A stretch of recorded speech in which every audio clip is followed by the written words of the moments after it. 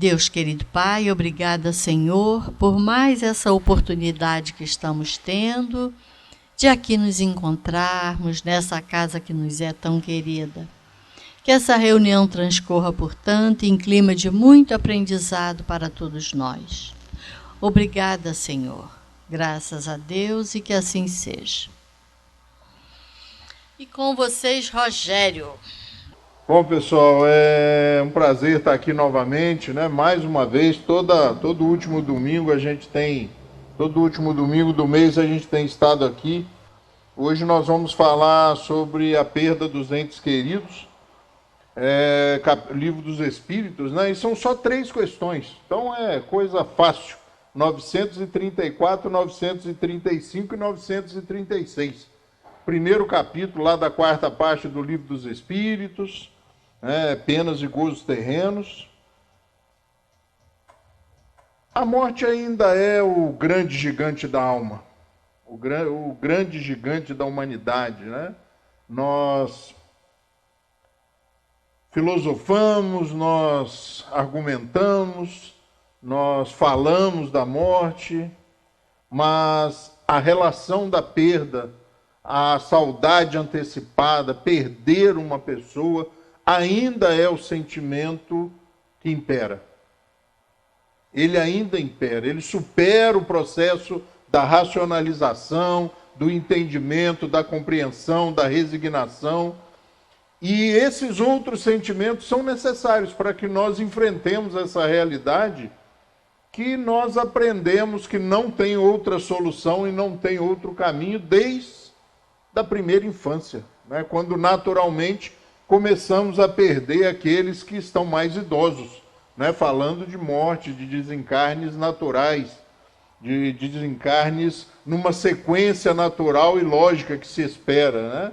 Eu até escrevi semana passada, os idosos, eles não mais estão desencarnando como antigamente, né? E o conceito de idoso mudou muito. Pela primeira vez a humanidade está convivendo 3, 4 gerações ao mesmo tempo. Nós convivíamos no máximo 2 gerações, 3, e agora nós estamos convivendo com 4 gerações e nós não estamos preparados para isso de forma, né, social, de forma psíquica. E por isso talvez a grande importância do Lar Abrigo Amor a Jesus, da Casa dos Pobres e das outras instituições que fazem esse trabalho de abrigamento, de socorro, porque nós não estamos preparados, as famílias não estão preparadas. Mas é necessário que nós mudemos esses conceitos. Mas voltemos à perda dos entes queridos, né? A morte, como eu disse, é o grande gigante da alma humana. Ela nos assola, nos choca, e o mais intrigante e o mais difícil é que nós continuamos a estabelecer com a morte uma relação de antes do Espiritismo. Diante de conhecermos a sobrevivência do espírito, diante da possibilidade da comunicabilidade dos espíritos, é lógico que antes do advento do espiritismo, né, em 1857, nós já éramos espiritualistas. Nós já acreditávamos que algo sobrevivia à morte do corpo físico. Mas a reencarnação traz uma outra forma de ver as coisas, de enfrentar esse grande gigante da alma. Mas, como eu disse, esse conceito da morte que ceifa a vida, da morte que vem buscar, né? Essa ainda é o grande gigante, ainda é a morte que nós tememos, né? Nós tememos. Nós vamos buscar aí dentro do bojo dos espíritas, espiritualistas por consequência de serem espíritas, mas nós não vamos encontrar ninguém que quer desencarnar, muito menos morrer, né? Porque tem diferença, tá? Eu sempre brinco com isso, que tem diferença entre desencarnar, morrer, passar dessa para melhor, né?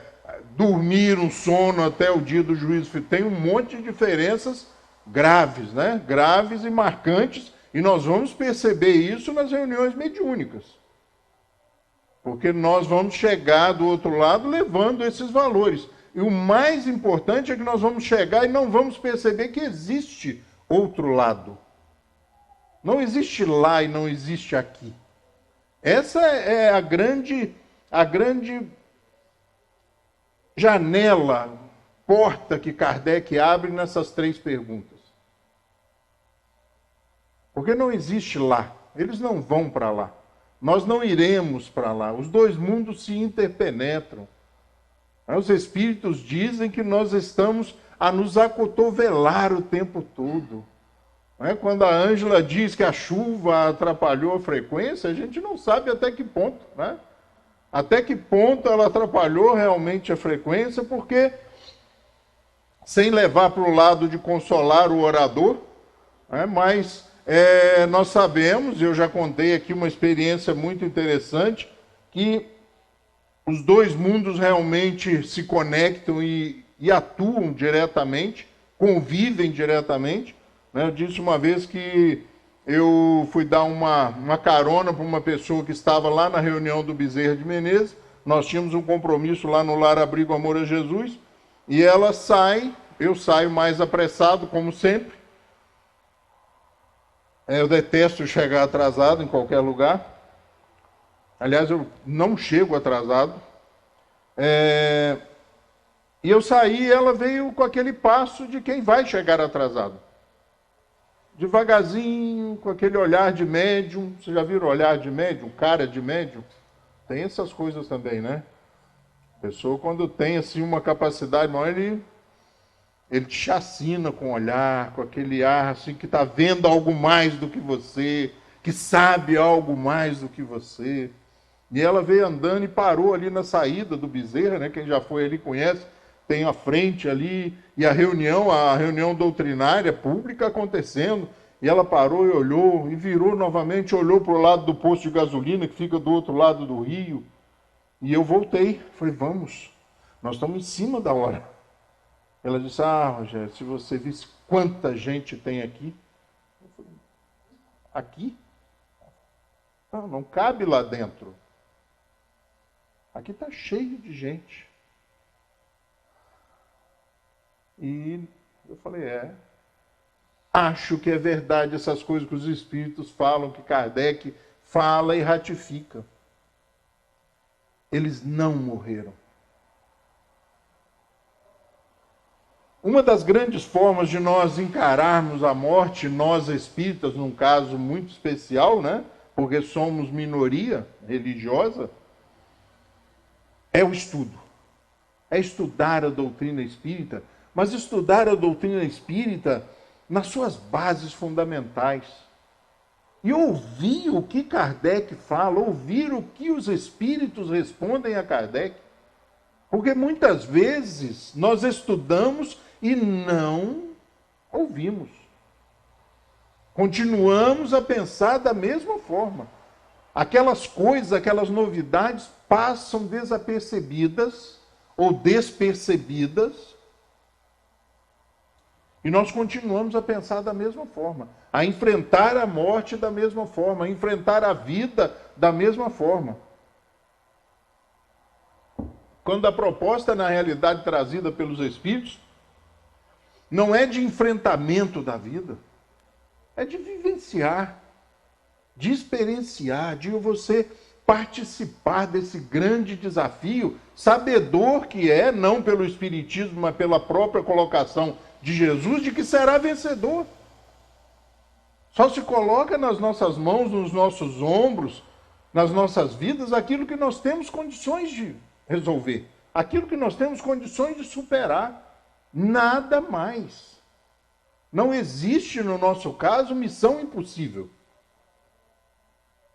Então, estudar a doutrina espírita é ter coragem de rever os seus paradigmas, ou seja, os seus alicerces, as suas bases de raciocínio. Isso é muito difícil, porque nós vamos encontrar pessoas há 20, 30 anos no espiritismo que continuam a raciocinar nas mesmas bases religiosas de outras encarnações e da infância. Houve uma mudança de templo, mas não houve uma mudança de proposta. Então, o estudo da doutrina espírita, ele é de suma importância para que nós façamos uma revisão nos nossos paradigmas. E aí nós vamos ter que fazer uma visita ao Evangelho do pobre de espírito, daquele que tem coragem de rever os seus valores, daquele que tem coragem de admitir estar equivocado.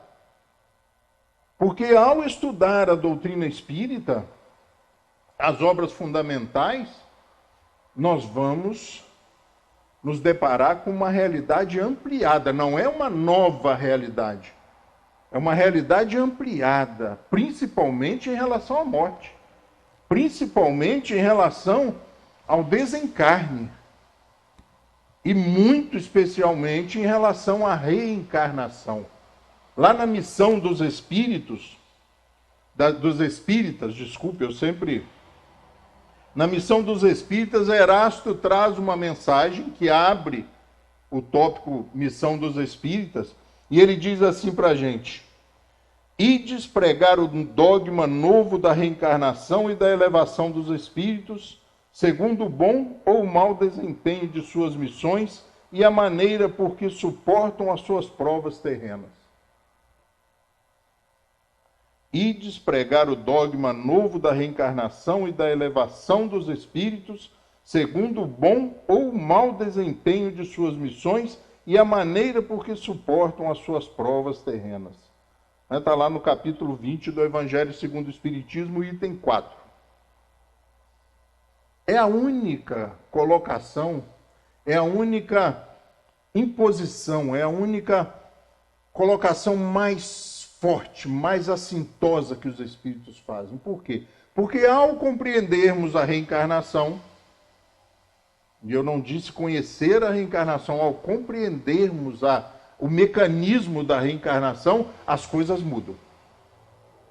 Porque você se passa a acreditar espírito imortal, que já experimentou várias experiências, já vivenciou várias experiências. Você se reconhece como resultado de várias experiências. Você é o resultado do seu esforço, da sua disposição e da forma que você encarou todos os desafios que você poderia ter vencido, e também aqueles que você venceu. Pregar o dogma da reencarnação é fazer com que as pessoas finalmente compreendam como se processa isso. Porque é muito fácil nós acreditarmos que os espíritos reencarnaram, que fulano, ciclano, e as obras mediúnicas aí estão cheias de espíritos que contam as suas experiências encarnatórias em outros momentos históricos. E a gente acha muito legal. Mas quando partimos para nós mesmos, é difícil compreender. É difícil aceitar de forma lógica, de forma racional, que eu já morri, que eu já desencarnei algumas vezes e não fui aniquilado por isso.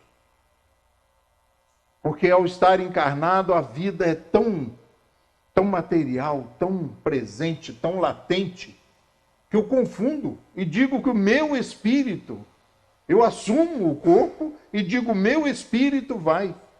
Eu não vou junto com o meu espírito.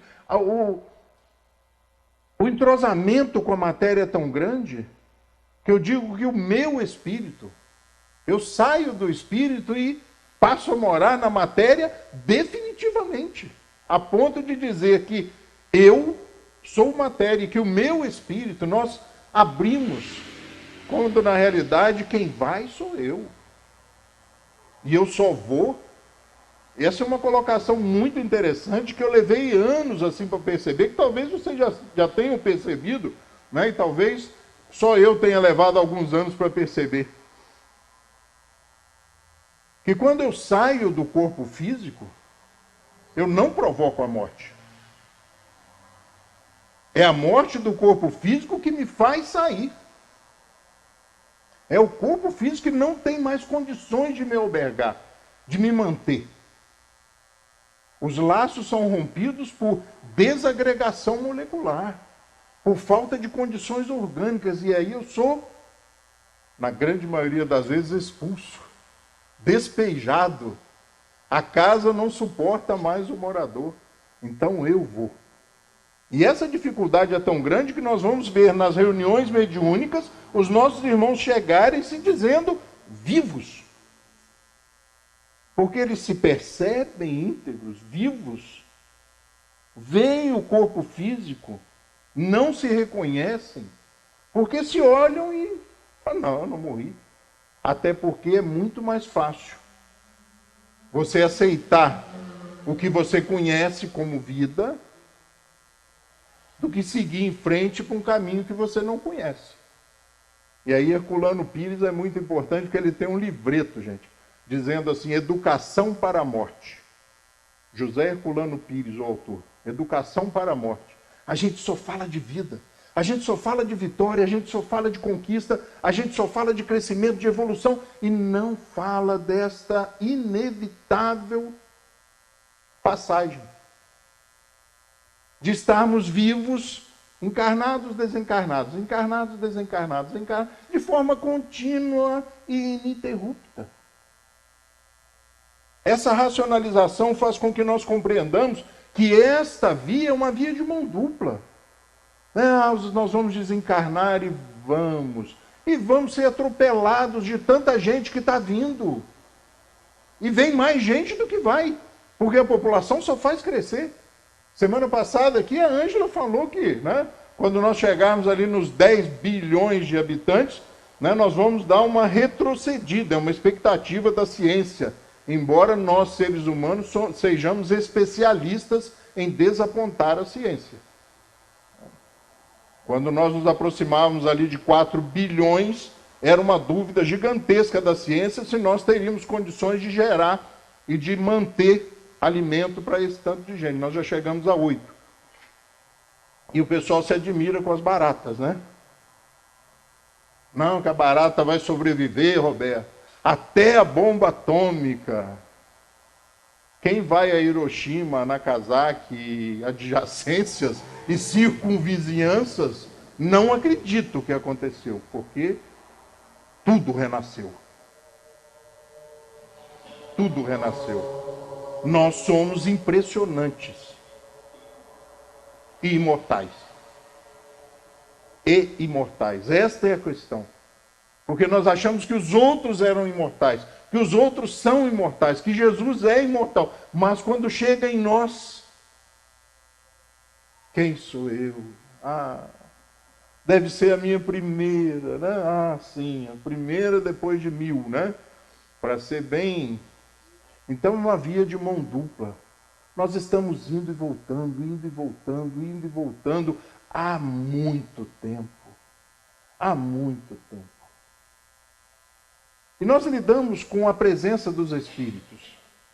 Mas a gente, como eu disse, nós temos dificuldade de absorver o conhecimento com Kardec, com os espíritos e na nossa própria casa. Os amiguinhos imaginários, né? O Chico Xavier brincava com os amigos. O dele era amiguinho mesmo. Brincava de carrinho, fazia não sei o quê. Mas os meus filhos não. Os meus filhos é imaginação só. E aí você entra no quarto, eles estão conversando, eles estão agitados, e tem nome os amigos. E a gente fala, não, Chico, tudo bem, mas Júnior não. O Júnior não tem amigos. É imaginação. Não. Quando nós retornamos, quando a gente volta, nós ainda estamos com o pé lá. Leva-se alguns anos, né, para que a reencarnação se restabeleça realmente, ou se fixe. E eles percebem. E isso normalmente, naturalmente, vai desaparecer ali pelo final da primeira infância. Mas a gente olha e fala, não, esse menino tem uma imaginação. Mas os espíritos dizem dos amigos espirituais, dos nossos amigos que estão a nos acotovelar, a brincar conosco, a falar conosco. E a criança tem o seletor, o dial ali que entra, que percebe, que entra em sintonia. Mas a gente acha difícil. Quando estamos muito tristes, acabrunhados, perdas, As materiais doem muito. Perdas, né? Empregos. De repente, a gente é tomado por um sentimento bom, por um sentimento gostoso.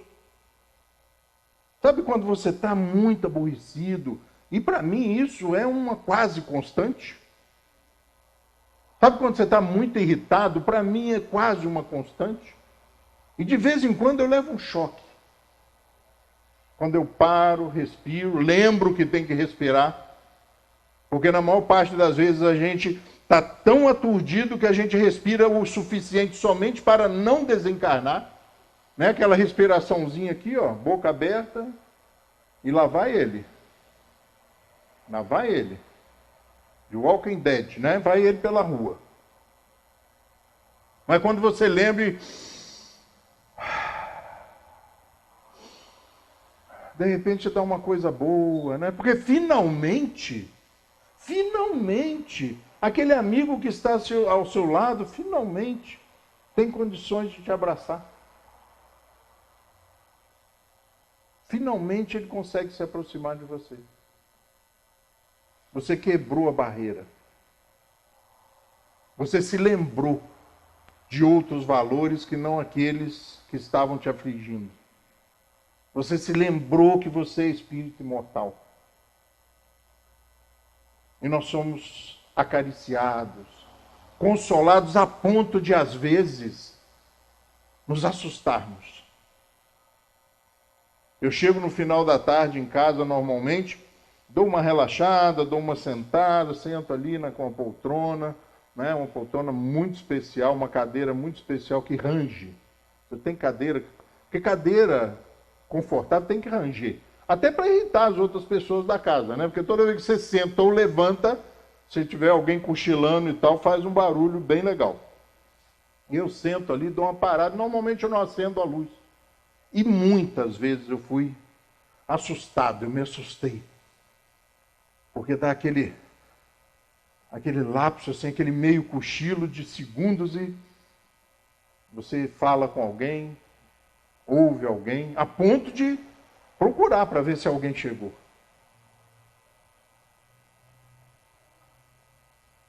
Agora mesmo aqui, é bem possível, quase certo, provável mesmo, que os amigos espirituais estejam aqui auxiliando, ajudando a estruturar as ideias, as frases, coordenando o conhecimento. Porque quando a Ângela ou qualquer outra pessoa faz a prece inicial e eu vou falar, eu os convoco. Meu amigo, ó, vai começar. Tenha piedade das pessoas que estão presentes e que vão assistir depois e me ajude. E aqui no Centro Espírita Friburguense, há muitos anos atrás, eu tive a primeira experiência de inspiração. Eu estava falando um dia, aqui há muitos anos atrás, no aniversário da casa, se eu não me engano, e eu tive um ataque de inspiração. E a voz, e a palavra, e a articulação, e a estruturação das palavras foram tão rápidas, tão boas, tão eficientes, que eu mesmo me assustei e quebrei o encanto. Eu mesmo, espera aí, isso aí está demais. Eu mesmo interrompi o processo. Porque eles estão aqui. Não é os trabalhadores desses 100 e poucos anos dessa casa, aqueles que ainda estão desencarnados, vêm à casa espírita. Outras pessoas são trazidas à casa espírita. E o nosso amigo, o nosso mentor espiritual, ao ser convidado, muitas vezes não vem pelo meu convite ou por mim, mas pelas pessoas que vão ouvir. Então a relação passa a ser muito, muito comum. Eu tenho usado muito nos meus estudos a palavra naturalidade. Naturalidade é o que a gente percebe em Kardec. Chame os espíritos, converse com os espíritos. Faça reuniões familiares. Agora, conhecendo o espiritismo, Qual a família que não entrará em contato com os seus? Isso é Kardec. E basta muitas vezes, como eu disse, um cochilo. 3 minutos, 5 minutos, 1 minuto às vezes, para que você vivencie uma experiência marcante.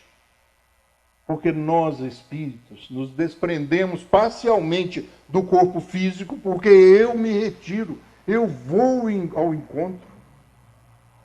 Isso não é história, né, nas obras fundamentais, isso não é história que os espíritos contam nas obras mediúnicas, não, essa é a realidade. Todas as noites e todas as vezes que nós temos oportunidade, nós nos evadimos, nós fugimos do corpo físico e temos medo da morte. A ciência diz que acordar de manhã é um verdadeiro milagre, porque estivemos muito próximos da morte. Pergunta 934. Olha o que Kardec pergunta. A perda de entes queridos não nos causa um sofrimento tanto mais legítimo quanto é ela irreparável e independente da nossa vontade?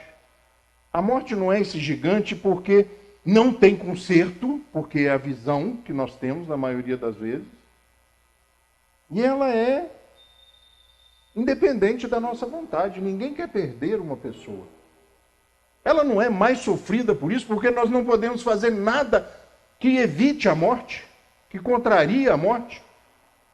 E os espíritos respondem assim: essa causa de sofrimento, ou seja, a morte, atinge tanto o rico como o pobre. Ela é democrática e ela bate nas portas mais inesperadas, né? Nos momentos mais inesperados. É uma prova ou expiação, ou seja, pode acontecer por prova, por expiação, e também por esgotamento do corpo físico. É uma prova ou expiação e lei para todos. Ou seja, todos nós estamos sujeitos. Então vejam que eles vão naturalizando o processo. Não tem como fugir desse grande gigante. Mas é uma consolação, e aí a gente vai parar. Mas é uma consolação poderdes comunicar-vos com os vossos amigos pelos meios de que dispondes. Alguém aqui se comunica com os amigos? Não, eu vou responder por vocês, não.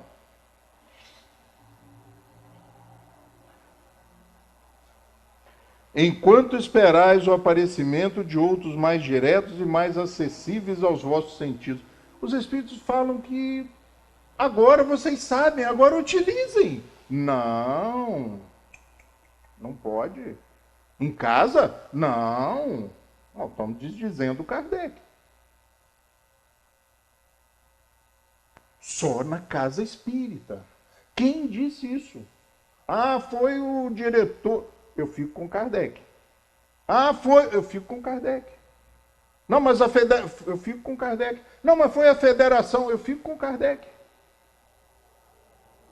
Naturalidade. Naturalização. Nós já lidamos com eles. Ah, mas pode acontecer? Sim. Sair de conselheiro e vir aqui poderia ter acontecido vários problemas. Sair daqui agora e voltar para lá, pode acontecer vários problemas. Esse rapaz que passou nessa moto aqui agora, pode estar correndo vários riscos. Mas nem por isso a gente deixa de realizar. Mas, cuidado ao lidar com os espíritos.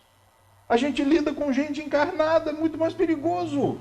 A gente lida com gente que a gente não conhece. A gente vai fazer entrega em lugares que as pessoas disseram, não vai, a gente vai. Não vai àquele lugar e a gente vai. Mas com os espíritos, não. Essa causa de sofrimento atinge tanto o rico como o pobre. É uma prova ou expiação e lei para todos. Mas é uma consolação poderdes comunicar-vos com os vossos amigos pelos meios de que dispondes, enquanto esperais o aparecimento de outros mais diretos e mais acessíveis aos vossos sentidos. Ou seja, daqui a algum tempo, quando os nossos sentidos forem menos materiais, nós vamos nos comunicar com ele o tempo todo. Porque agora não. Quem disse isso que não pode? E virou não pode. Não é acho melhor não fazer. Quando eu leio Kardec, eu me choco com as coisas que nós inventamos, com as proibições que nós fizemos. Eles tiveram um trabalho danado, ficaram todos contentes. Kardec e os espíritos ficaram contentes. Falaram, agora vocês sabem, né? Agora vocês sabem como fazer, agora vocês vão se comunicar. Está com saudade? Faz uma boa prece antes de dormir. Quem sabe? O merecimento, o amor, o carinho vai fazer com que vocês se encontrem. E de manhã você vai amanhecer mais consolado, menos triste, menos ansioso. A comunicação com os espíritos desencarnados se dá o tempo todo de forma normal, mas nós normatizamos o processo, Roberto. Fora da casa espírita não pode. Você vai fazer reunião na sua casa? Vou. Mas não deve. Mas não deve por quê? Nós vamos ver por que pode ser feito. 935, Kardec pergunta assim: que pensar da opinião das pessoas que consideram as comunicações de além-túmulo como uma profanação? Não se pode falar com os mortos. E eles nem morreram, né? Tem que avisar a pessoa, falar, rapaz, eu vou te falar uma coisa. Não tem mortos. Não tem mortos. Que pensar da opinião das pessoas que consideram as comunicações do além-túmulo como uma profanação? Pergunta 935. E os espíritos vão responder a Kardec: não pode haver profanação quando há recolhimento e quando há evocação. Evocação? Pode evocar, Ângela? Não, o pessoal fala que não. Há poucos dias agora alguém falou, o telefone só toca de lá para cá. Isso era lá, gente, há muito tempo, porque a telefonia melhorou aqui, né? Deve ter melhorado, porque lá em casa ele toca. Se você fizer uma reunião com recolhimento, respeito e decoro, o telefone vai tocar. Quando você vem à casa espírita e coloca o nome no caderno, e esse espírito, esse incômodo, esse problema, ou essa pessoa recebe, vem aqui na reunião mediúnica, o que nós fizemos? Evocamos ele. Ah, estou com um problema lá em casa, olha. Desentendimento, desarmonia. Queria colocar meu nome no caderno, Valéria. E aí, sabe o que acontece na quarta-feira à noite? No tempo adequado, talvez daí alguns dias, o Espírito vem aqui. Estão me chamando aí por quê? Por que vocês estão? Eu estava lá na casa deles mesmo. Já ouvi isso centenas de vezes. E eles falam, meu Deus, é mesmo? É. Naturalidade. O que nós fizemos com ele quando nós colocamos o nome? Evocamos. E as pessoas dizem, não pode evocar. Sabe por que eles dizem que não pode evocar? Porque pode vir um espírito ruim. Ué.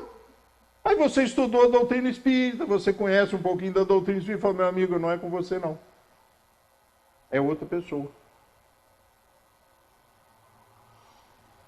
Não pode haver profanação quando há recolhimento e quando a evocação é feita com respeito e decoro. Você não vai evocar espíritos para brincar, né? Quantos anos o Rogério tem? Ah, que gracinha. Aí a festa está feita. Como se você chegar em qualquer lugar e reunir um monte de pessoas e abrir uma brincadeira. Vai começar as piadas, vai começar um monte de coisa. E aí ele argumenta, ele diz assim, o que o prova é que os espíritos que vos são afeiçoados se manifestam com prazer. Sentem-se felizes com a vossa lembrança e por conversarem convosco. Coitado deles, a gente não conversa com eles, não pode.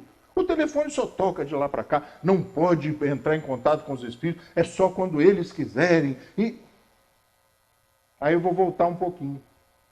Lembra quando eu falei que quando eu dou uma parada nos meus aturdimentos e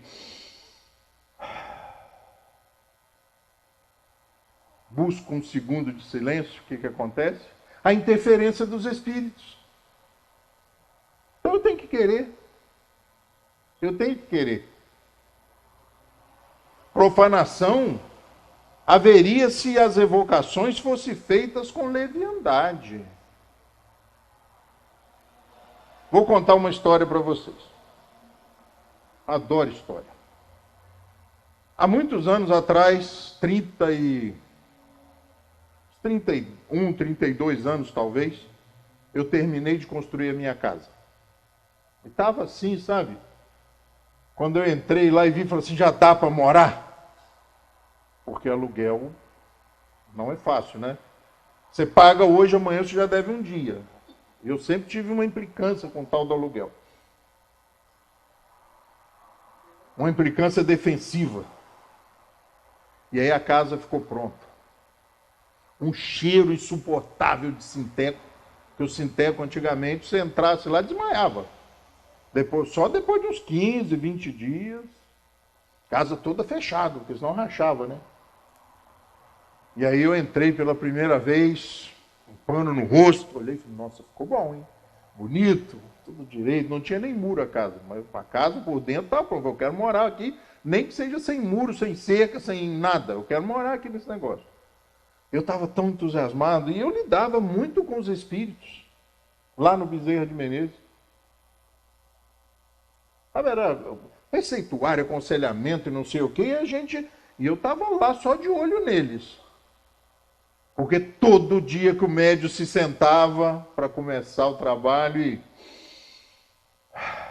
se preparava para receber o espírito, será que vai dar certo hoje? O espírito chegava. Me desapontaram durante anos. E aí um dia eu estava lá, anda daqui, anda dali, estão te chamando. Devo ter feito alguma coisa, né? Porque amigo espiritual, quando manda chamar assim especificamente, entrei na salinha, estava lá o médium, né? Senta aí, meu filho. Ficou pronta a casa, né? Ficou bonita. Vou te recomendar uma coisa. Está pensando em mudar, né? Sabem de tudo esse pessoal, rapaz. Não sei como é que eles ficam sabendo, velho. Eles sabem de tudo. Talvez seja porque eles nos acotovelem, né? Ele sabia que eu estava preparando para mudar, ele sabia que eu ia mudar, que eu estava todo feliz, que a casa estava pronta, que o cheiro de sinteco já tinha parado. Ele sabia tudo. Fofoqueiro, né? Vou te recomendar uma coisa, meu filho. É uma grande vitória. Não leva as crianças, não. Pega a sua esposa e vai lá hoje à noite. Senta naquela escada bonita que leva da sala de jantar para o seu quarto. Senta ali, não tem onde sentar. Senta ali com a sua esposa, faz uma prece.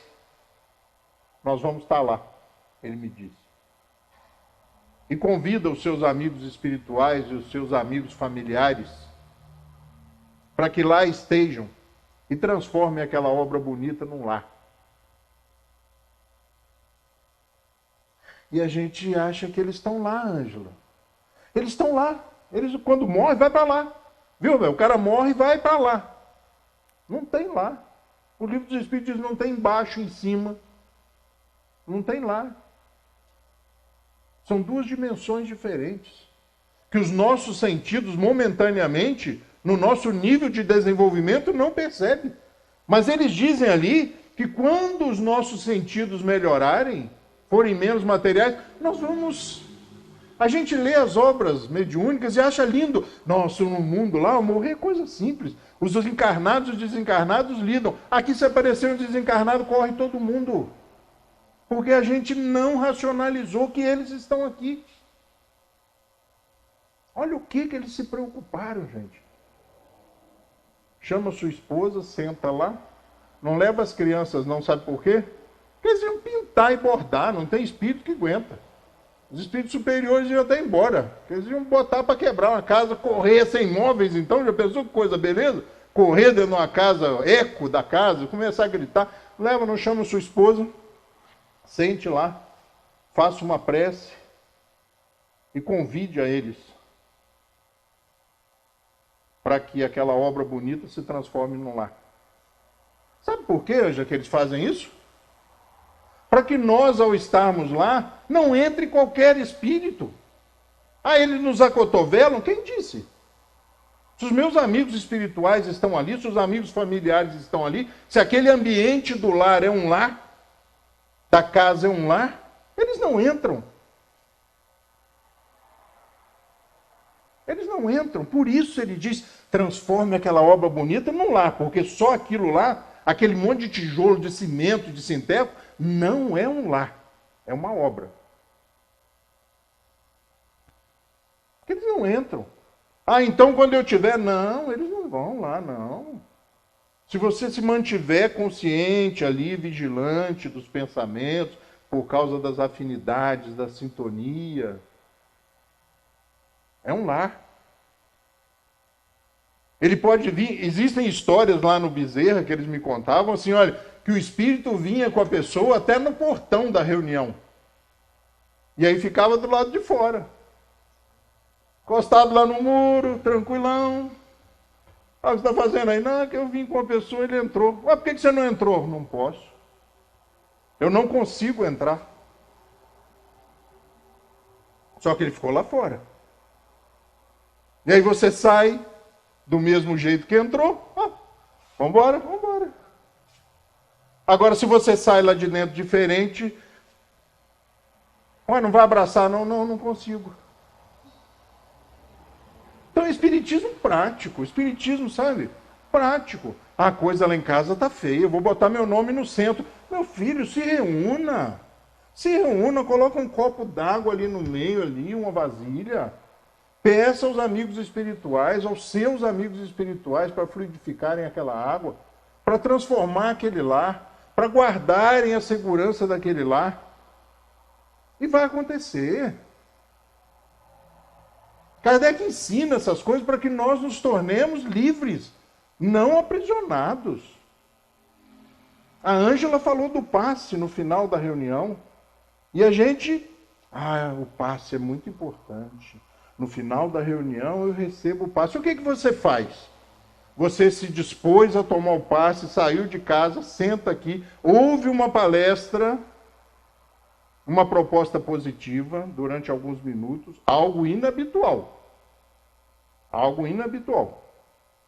No final, alguém vai fazer uma prece e você agora é a hora do passe. E aí ele vai acontecer. Alguém se aproximou de você? Alguém aplicou o passe ostensivamente, como acontece em algumas casas, em cabines, passe magnético, outras gradações, vamos dizer assim, de passe? Não, ninguém se aproximou. Você recebeu o passe? Recebi o passe, saí bem melhor do que eu cheguei. Pare e pense, o que eu fiz? Durante alguns minutos, eu estive numa atmosfera positiva, eu relaxei, eu fechei os olhos, eu respirei. Comece a fazer isso em casa, no final da tarde, sente na cadeira, mesmo que ela ranja, relaxe, respire, faça uma prece. Ou os espíritos só dão passe aqui? Ou os espíritos só dão passe nas casas espíritas? Será? Não. Se eu criar condições íntimas na minha casa, eles vão me beneficiar. Pelo menos é o que Kardec e os amigos espirituais dizem. Mas vamos lá. Então ele diz que nós temos que conhecer. E aí vem, espíritas, amai-vos, eis o primeiro ensinamento, instruí-vos, conhecer a doutrina espírita, eis o segundo. Nós temos que conhecer tudo isso. Isso que eu estou falando não é coisa da minha cabeça. Isso é coisa da cabeça de Kardec e das respostas dos espíritos. E aí nós vamos para a última pergunta. Esse tópico é bem pequenininho. 936. Olha a relação com os espíritos, gente. Como as dores inconsoláveis dos que ficam na terra afetam os espíritos que partiram. Eu não posso viver sem ele, eu não consigo viver sem ela, o desespero. Ele fala ali, inconsoláveis, desesperação. E aí os espíritos respondem assim, olha, o espírito é sensível à lembrança e às lamentações daqueles que amou. Mas uma dor incessante e desarrazoada o afeta penosamente, porque ele vê nesse excesso uma falta de fé no futuro e de confiança em Deus, e por conseguinte, um obstáculo ao progresso e talvez ao próprio reencontro com os que deixou. A desesperação impede a aproximação e não atrai. Repele o espírito amado e não atrai. E muitas vezes ele não percebe, ou ele é protegido dessas dores inconsoláveis, porque ele se sente culpado. Como você foi e me deixou aqui? Como e agora? O que eu vou fazer com essas crianças? Leiam essas perguntas. 934, 935 e 936, porque tem lá uns comentários maravilhosos. Sabe, é um convite a compreender as perdas, a respeitar aquele que foi libertado primeiro. Eles nos convidam a pensar assim, ó, você e o outro estão ali presos na matéria, encarnados. O outro terminou a pena primeiro e foi libertado. E você fica triste, aborrecido, chateado. Queria que ele ficasse ali do seu lado. Mas estar fora do corpo físico é uma libertação. Tanto é que necessita, às vezes, um cochilo na cadeira. Para você, ó, entrar em contato com o plano espiritual, com as energias, com os amigos. Uma noite de sono, vários sonhos. Um lapso de perda do sistema ali, do raciocínio, e tum. Nossa! Aí você olha no relógio, meu Deus, não passou nem um minuto. E você viveu uma experiência. A gente fica triste porque o outro foi. Isso não é tristeza, isso é saudade antecipada. A morte liberta o espírito humano. Nós deveríamos ficar felizes. Mas como ficar feliz com a minha perda? Era seu? Era sua? Quem disse? É duro falar isso, mas é o que a razão chama a gente a pensar. Mas era o meu filho. Quem disse? Somos todos filhos de Deus. Ele te deu um ali, dele, é dele. Ele te deu um ali para você cuidar. Estou te entregando essa pedra aqui, ela ainda é meio bruta, para você burilar, para você lapidar e me devolver daqui a um tempo. Quando eu achar conveniente. Porque a minha visão é mais ampla. Eu penso maior. E o Espiritismo para a gente, pessoal, é um convite de você unir a teoria à prática.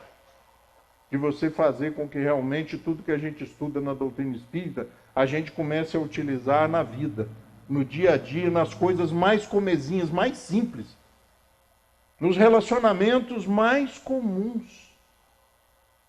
Não é para ficar dentro da gente, mas a gente tem que usar. Kardec age e fala com os espíritos de forma natural. Nós, movimento espírita, criamos empecilhos para que haja comunicação com os espíritos. 10 anos de frequência para poder participar da reunião mediúnica. Kardec não fala isso. Tem que vir não sei quanto tempo, fazer prova, fazer teste. Sabe por que às vezes eu brinco com essas coisas? Porque tudo isso é esquecido se chegar uma pessoa com qualidades mediúnicas. Não vai deixar ela 5 anos, não, tem que estudar, tem que fazer o sistematizado. Não, ela é médium. Então ela pode entrar. Pode. Por que o outro não pode entrar? Os espíritos dizem que dependendo do grau e da intenção, todos nós somos médios. Isso acontece na casa espírita. O médium é muitas vezes alijado, beneficiado até com não precisar estudar. É bom, eu estou na reunião há muitos anos, que é isso? Eu vou vir no estudo? Valério, sai fora, isso é para vocês que estão começando. Eu já falo ali com os espíritos, sei tudo disso. E o médium não estuda. A grande maioria dos médiuns não estudam. Lidam com os espíritos e não estudam. E aí tomam medo, sabe por quê? Porque Kardec diz que quando não tem teoria, os escolhos são ruins. Vai haver escolhos, vai haver problema, porque você não conhece. E aí reuniões mediúnicas paralelas, gente. Uma numa sala e uma na outra. Só uma escada separando e um corredor. E aí alguém sai da outra sala e me encontra no corredor e diz assim, veio uma mensagem para você na outra sala. Eu não precisa nem me contar. Nem me fala. Porque para ele não saber que eu estava aqui do lado, não precisa nem me falar. Não, mas na nossa sala hoje veio uma mensagem que nós temos aqui na nossa casa que fazer isso. Isso é por questão de diretoria, né? Nós vamos levar para a diretoria. Eu falei, mas por que esse espírito não foi na outra sala? Estava o presidente, o vice-presidente e o tesoureiro na outra sala, ele vai dar a comunicação na outra, anjo. É afinidade com o médium. Tem resposta para tudo, mas não me convence. Que isso? Se for Kardec, tem problema. Veio uma mensagem para você, eu falei, não me conta. Eu estava aqui, do lado, porque o cara não falou comigo. Tem escolhos? Tem escolhos. Tem problema? Tem problema. Tudo tem problema. Gente, perda de entes queridos ou dos entes queridos, como está na tradução do Herculano Pires. Vá lá dar uma olhadinha. É muito interessante. Vejam que eu falei pouco da perda dos entes, falei mais das possibilidades que o Espiritismo nos dá de compreender, aceitar e fazer com que doa menos. Transformar toda essa dor, todo esse desespero, toda essa desesperança, que é a falta de esperança no futuro, em saudade. Só isso. Uma boa noite para vocês.